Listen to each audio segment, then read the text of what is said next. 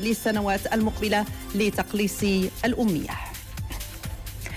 أهلا بكم. عقدت اللجنة الحكومية المكلفة بتتبع الانتخابات أمس اجتماعا تدارست من خلاله الظروف التي جرت فيها الانتخابات الجماعية والجهوية، كما تناولت الترتيبات المتعلقة بانتخاب مكاتب مجالس الجهات ومجالس الجماعات ومجالس المقاطعات.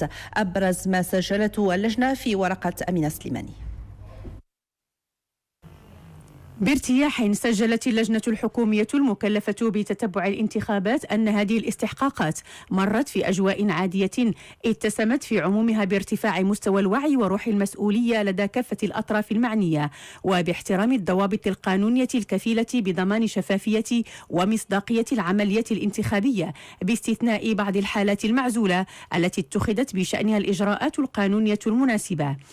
وقد بلغ عدد الشكايات المقدمة إلى النيابات العامة 1244 شكاية، من بينها 26 شكاية تم تسجيلها خلال مرحلة القيد باللوائح الانتخابية، 48 شكاية خلال مرحلة تقديم الترشيحات، 831 شكاية خلال مرحلة الحملة الانتخابية، 339 شكاية خلال يوم الاقتراع وما تلاه.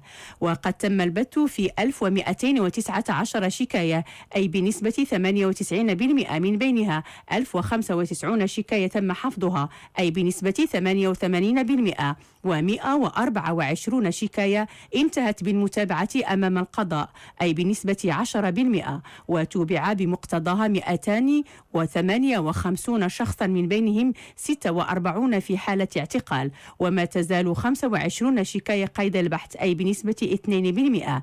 كما تناولت اللجنة دراسة الترتيبات المتعلقة بانتخاب مكاتب مجالس الجهات ومجالس الجماعات وكذا مجالس المقاطعات. البعثة